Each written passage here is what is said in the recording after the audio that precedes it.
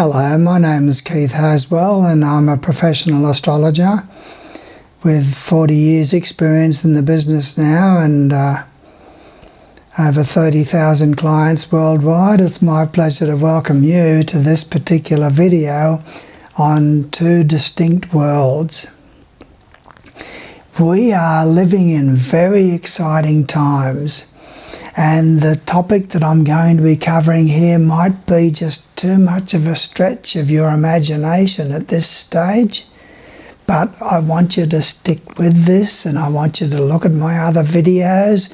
I've got 150 YouTube videos out there on all aspects of personal and spiritual growth. And in 40 years of study, research and investigation in this lifetime, I've learned so much about the nature of reality and your place in that reality. And what I want to share with you here is a vision of two distinct worlds that are available to you through the power of choice. The most powerful energy in the universe is conscious choice. But what is the price of admission to the dimly lit future that the consensus is portraying for you? What is the price of admission to the darkness that they will portray? There is a price, you know. The price, first of all, is that you have to give up your choice, your power of conscious choice. In their terms, no longer do you have the power of choice in your reality. For you are told this is what's going to happen. This is the future and there is nothing that you can do about it. This is the picture that they paint for you and there is nothing that you can do about it. In order to accept the dimly lit pictures, in order to accept the darkness that so many are prepared to paint for you, and so many of you are willing to accept. You must give up the idea that you create your own reality, because that's why so many are prepared to flock to that story. Why so many want to believe and to accept the dimly lit picture. Because though it's not spoken, they can obviate their responsibility of reality creation. So the price is not only the raw materials, but you must give up your imagination and you must give up your vision. You must also forget that God loves you, that God, Goddess, all that is, love you and know your name. You must also forget that God and Goddess care about you. For although it's not spoken explicitly, implicitly in the dimly lit picture, there's no room for a God and a Goddess who love you and care. There is nothing that love can do. And finally, the price that you must pay, there is no guarantee of an exit. In the movie, you can always get up and walk out. In the bad dream, you will wake up. But if you play too deeply and dig too far into the dimly lit futures that many are prepared to portray for you, you might just not be able to exit. You may, in fact, create it.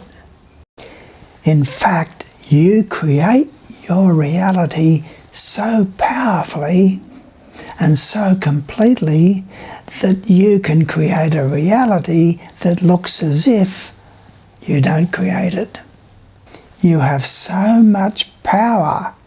You have so much power that you can create a reality that looks like powerlessness.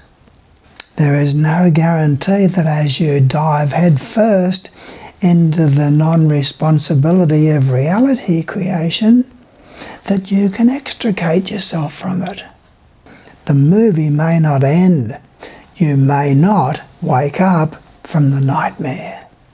But then, of course, the question arises, but are there alternatives to the dimly lit future? Isn't the alternative hiding your head in the sand? Isn't the alternative being a Pollyanna? Well, I'm here to tell you that there is an alternative. There is an alternative. You don't have to pay that price. There is another way. There is a reality that you can create that is all that you want and more. You know what? In this field of metaphysics, there are many who speak about you create your own reality, just as long as it's safe, just as long as it's a game. But you see, metaphysics is not a game. Metaphysics is the way that reality works. And yet people want to play metaphysics, but then when it comes down to any kind of seriousness, any kind of real choice, any kind of real alternative, they run away from it. Then all of a sudden they don't create their own reality. All of a sudden they don't have choice. All of a sudden there is no God and Goddess. But there are alternatives. I'm here to tell you that there are alternatives to the dimly lit future that so many are prepared to dump upon you. You see, the real issue here isn't between a future that is dim or bright. It isn't really an issue about whether you are going to live or die. These aren't the real issues because you have lived and died 100 times before. And once you have done it, it's a glorious state. The doing of dying is not always fun, but once it's done, nobody's complained about it. It's a glorious state to go through the light and reach the other side, to have the opportunity to establish dominion over the reality that you have just created, and to learn from that, and to grow from that, and to reach and stretch to become all that you can be and more from the things that you've learned, from the qualities, principles and values that you've integrated into your being through that particular incarnation. And the issue isn't whether or not I create my reality or not, or whether there is a God and a Goddess or not. Many say that you are living in a godless world, and there is a godless future. Others will say that there is a God and there is a Goddess who will be there for you, who care if you will but ask. If you will but ask. You are in a world now where no one will argue there are more problems than ever before. We as a humanity are on the peak of a massive expansion of consciousness, an exponential expansion of consciousness into higher dimensions of reality. It's a very exciting time to be alive. I don't need to enumerate those problems. There are many who will do that for you. The simplest solution, of course, is to just let it all just blow itself up and we'll start all over again. And make no mistake about it, that has happened before on the earth in previous civilizations in Atlantis. I'm not going to go into any detail about that. Sufficient to say the sandcastles were all smashed down and we came back to start all over again in the new civilization and culture 10,000 years ago. Many are offering that opportunity to start all over again through a nuclear war. Another problem is that people want to become enlightened, but they don't want to grow. They don't want to change. They don't want to expand their understanding. They just want to become enlightened without having to change. They don't want to work on themselves. They don't want to deal with the steps. They just want to play and all of a sudden to be enlightened. They just want to be able to close their eyes, count to 10 and wake up in some sort of state of bliss and enlightenment. They like the idea of cataclysm, that one day the world will blow itself up and those who survive will wake up in paradise. It's a simple way to evolve without growing. The problem is, it doesn't work. So now more than ever, it's important to understand that there are two distinct worlds. One is the world of the dimly lit future, the world of the mass consciousness. This is a world that is heading for a very devastating future. But there is an alternative. There is a world that is filled with joy, love. There is an alternative world that is available to you. I want you now to use your imagination as I portray these two worlds for you. The first of these is the way of the world, the way of the mass consciousness, the way of the dimly lit future. In this world you have a world which is filled with problems with health, diseases of all sorts, diseases that are new, that don't have a common cure, diseases of the immune system, diseases of a breakdown of your defenses, leaving you and rendering you defenseless. This way of the world, this way of the mass consciousness also has problems with the elements, fire, earth, air and water. The winds that blow destructively and harshly. The waters that pour down and rage against you, raging against the land. The fires that belch from the earth and the acids that rain from the sky. The way of the world will have an economy that will not cooperate with the authorities, will not follow the way that the experts say that it should go. An economy that will become sad and depressed and very frightening to many. Indeed, it will be a world of unrest and unease for those who are prepared to create it, those who choose to go the way of the mass consciousness, those who choose to give up their ability to create their reality, those who turn in their choice and their capacity to decide, those who stop dreaming, those who stop loving, those who cannot wake up from the nightmare.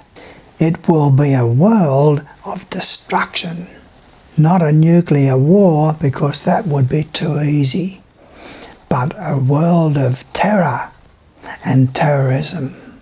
We are creating it now. The mass consciousness is creating that reality through their choice. But there is an alternative. This is a world where martyrhood will show itself through the terrorism in the third world nations. And those terrorists don't play by the rules. They don't play war as the United Nations rules says that they must. The way the world is heading, for those who stop dreaming, for those who stop loving, for those who stop imagining, for those who stop growing, for those who stop caring. There will be problems, of course, with energy, fossil fuels, and other fuels. Those energy fuels that, like the economy, will be depressed and erratic. So similarly with the technology that will be erratic, that, like the weather, seem to attack you. Accidents that occur, oils that spill, nuclear plants hit by earthquakes and tsunamis, pollutants that are accidentally released into the rivers and the oceans and into the air. This is the world that's available for those who wish to follow the way of the mass consciousness. Those who are eager to pay the price of admission to the dimly lit future. And there will be health problems, not of a personal nature, but world health through things like Ebola, for example. A classic example. There are plenty who are so eager to be part of that purging, as they give up any power of influence whatsoever. So eager to be a part of this inner world of the mass consciousness. The way of the dimly lit future. But there is an alternative. The alternative is not to hide your head in the sand. The alternative is, instead of health problems with the immune system, which is failing, to establish on the other side of it a longevity. A longevity, the ability to live a long life and to know it. Not to be hooked up to artificial machines and to be filled with other people's organs, but to be alive and vibrant. Not to be a vegetable that is wheeled around, but a vital, vibrant energy, a piece of God, Goddess, all that is. To have a destiny and a dominion over longevity. To have a destiny and a dominion over aging. Instead of the elements being after you, seeming to destroy you at every turn, to have the cooperation to establish a state of dominion, where you generate a reality and you don't have to control and dominate it, where you see power as the ability to act, not as what you can use to control people and dominate and manipulate them, where you work with God, Goddess, all that is, in a partnership, in cooperation, not on your hands and knees beseeching and begging for forgiveness or for mercy, where indeed you turn to the future and your future self in a relationship with your higher self and your soul, instead of always trying to redo and relive and recreate the past, where indeed you live in a friendly world that is out to help you to create a successful reality, in supporting you rather than attacking you, where you can give rather than take, where you can love rather than blame, to have a world of dominion where you have dominion over the elements of fire, earth, air and water in your meditation, to take back your power of choice, take back your power of dominion, an economy that is access to resources that are at your command, to be free to create, to generate the future. And instead of having difficulty with energy, moving into a state of aliveness. Aliveness is a most wondrous and powerful energy that you can use. a wondrous and most powerful energy that you can work with. Aliveness is composed of 4 basic components. The first component of aliveness is love. Love, letting yourself love, and letting yourself be loved and to receive love from your reality and from God, Goddess, all it is. Letting yourself be different because of the love that you have, and the love that you know, and the love that you receive, and the love that you are. And then it's a matter of trust. Trust that involves a relationship. A trust that involves the wholeness of who you are. And then expectancy. Letting yourself once again expect all of the wonderful things of the world. Expect things to work out. Expect things to be exciting and to be glorious and marvelous. To expect that in your reality. That's the aliveness of which I speak. And that's an immense amount of power, an immense amount of creative energy, an immense amount of determination and creativity that is so discouraged by those who want your power. Don't love, they say. It's only you. There's nobody else out there. Forget all this love stuff. Just think of the number 1. Trust? Trust me, they say. Expect? Expect only what I tell you. Enthusiasm? Don't be so foolish. Don't be such a child. Grow up. Be serious. Be dull. Be alive. Be alive. Let yourself come alive. Letting yourself wake up every day only wondering how marvelous your reality is going to be in this day. How many grand and glorious things are you going to create for yourself today? Let there be magic in your life. Illogical, irrational, but oh so wondrously wonderful. So these are the 2 worlds that are available to you. The world of the dimly lit picture, the world of the mass consciousness. Don't allow yourself to get tied up in that dead end. There is an alternative. There is an alternative where you become more of who you really are through the power and the use of language. The language of the soul. The language of imagination. To be able to do meditation every day, even if only for 5 minutes. To be able to watch one of my videos every day, even if just for 5 minutes. To do the organised meditation processes that I have in my CDs, and to be able to do them at least twice a week. To become more of who you really are, to transform yourself, and to realise that you have eternal life. You can never ever die.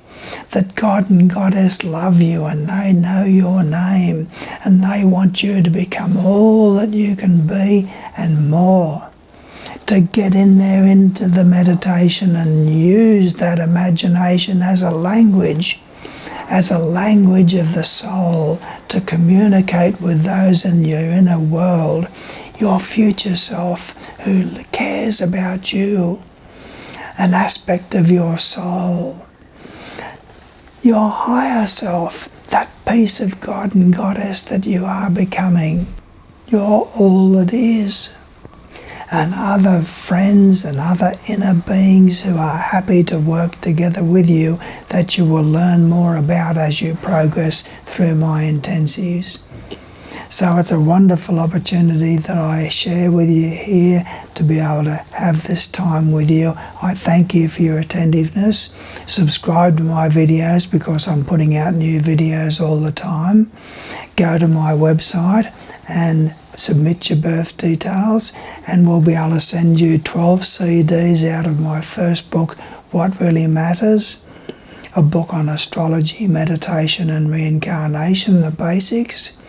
And let's all work together so that we can become enlightened and become a light that pops on and become a popper for other people that you will never meet all over the world, that become inspired by your growth, your development, your expansion, your change. They become inspired by you. And lights pop on all over the world. Pop, pop, pop, pop, pop, pop, pop. Enlightenment spreads throughout the world. And we create that reality that we want to work our way into. So I thank you for your attentiveness here, and I look forward to working further with you should you decide to go further. Thank you.